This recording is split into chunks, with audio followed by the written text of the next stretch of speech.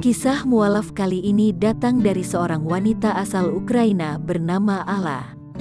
Dirinya mengaku memiliki banyak pertanyaan tentang agama yang dipeluknya sebelum menjadi mualaf.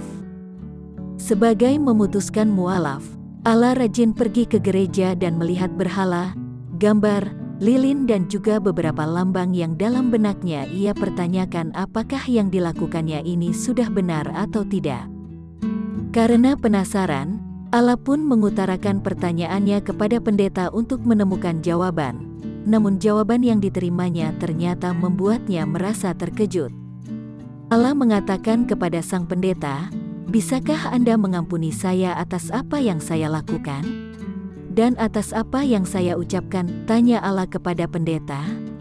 Namun pendeta tersebut menjawab pertanyaan Alla dengan mengatakan bahwa ia tidak bisa melakukannya. "Tidak," jawab pendeta, ujar Alla. Jawaban dari sang pendeta itu pun baginya membuat Alla terkejut. Ini seperti sesuatu yang mengejutkan bagi saya dan saya sangat terkejut saat mendengarnya. Akhirnya sejak saat itu Alla selalu berdoa untuk meminta petunjuk dan berpikir jernih. Bahkan ia sempat berhenti dan berpikir untuk mempertanyakan beberapa pertanyaan dalam benaknya. Apa yang sebenarnya harus saya lakukan? Apa yang harus saya rubah dalam hidup saya? Sejak saat itu, Allah menjawab pertanyaannya dengan memberinya teman dan kemudian mempertemukan Alla dengan suaminya yang sekarang dan ia diundang ke Emirat. Alla mengaku senang saat diajak ke Emirat karena ia tahu bahwa negara itu adalah negara Muslim sehingga dirinya bisa banyak belajar tentang agama Islam. Kemudian dalam kisah mualaf ini, Alla memutuskan untuk memeluk agama Islam dengan membaca kalimat syahadat. Bahkan saat mengucapkannya ia mengaku bahwa dirinya terus-terusan menangis namun ia bahagia. "Ketika saya bersyahadat, saya terus menangis. Masya Allah, saya sangat bahagia dan ada beberapa teman saya juga ikut menangis," ujar Alla.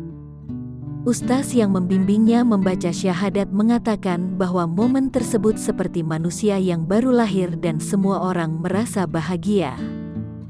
Sebelumnya juga ia mengaku bahwa ia dan keluarganya kerap bertengkar dan tidak mengendalikan emosinya.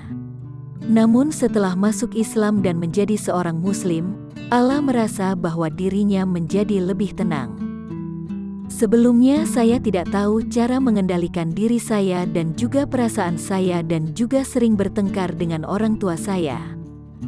Alla sendiri merupakan seorang anak tunggal di keluarganya dan mengakui bahwa ia dan keluarganya kerap bertengkar dan marah berlebihan dan tidak sopan.